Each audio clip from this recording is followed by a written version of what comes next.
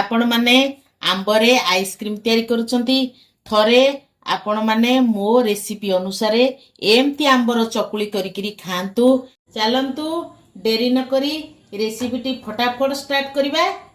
आंब चकुली पे मु गोटे एठी मीडियम साइज रो बायणपल्ली आंब को नैची आमे ताकू फास्ट काटी दबा। भिडियोटी संपूर्ण देखा मोर अनुरोध। भिडियोटी जदि आपन को भल लगुची ताले लाइक करिवे शेयर करिवे प्लीज सब्सक्राइब करिवे। ताको एमती फास्ट फाळ फाळ करी काटी देइकिरी ताकू एमती काटी दबा। आराम से बाहरी पड़िबो तार रसटा देखंतु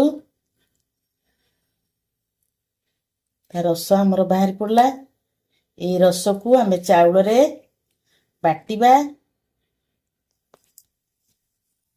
एठी देखंतु मु आंबरू सबतक रस बाहर कर देइची।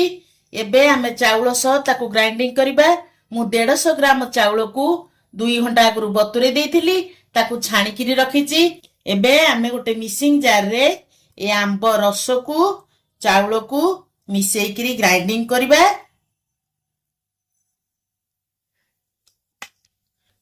एबे आमे सेतरे चाउल देई दबा।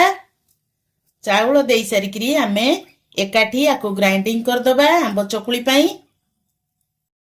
एबे हमर चाउल आंब ग्राइंडिंग करिकी एतरे बाउलटारे रखी देइची।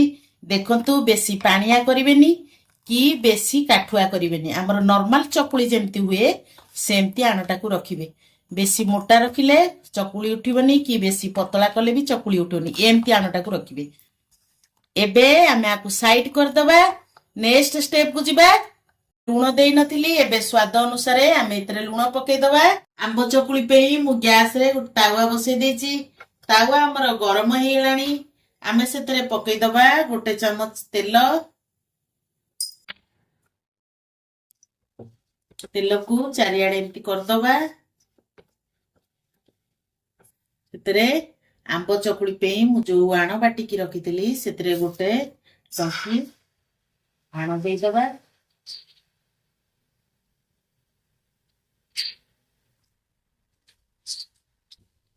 एबे चकुलटा को आमे उल्टे दबा।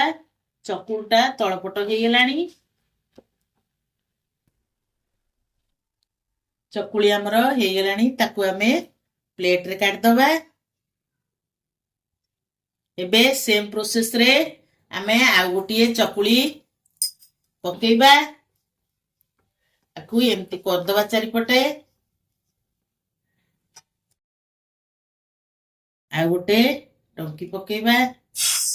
चकुली कला बेले गैस रो फ्लेम को मीडियम फ्लेम रे रखिबा। हाई रे देले चकुली हमर पोड़ी दिबो।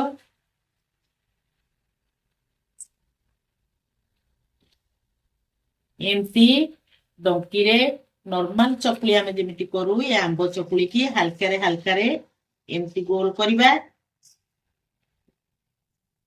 आमे चकुली की पुणी लेउटै दबा।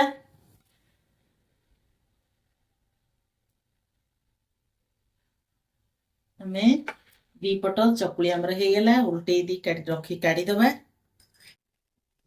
ते सेम प्रोसेस रे मु सब तक आंब चकुली कर देली।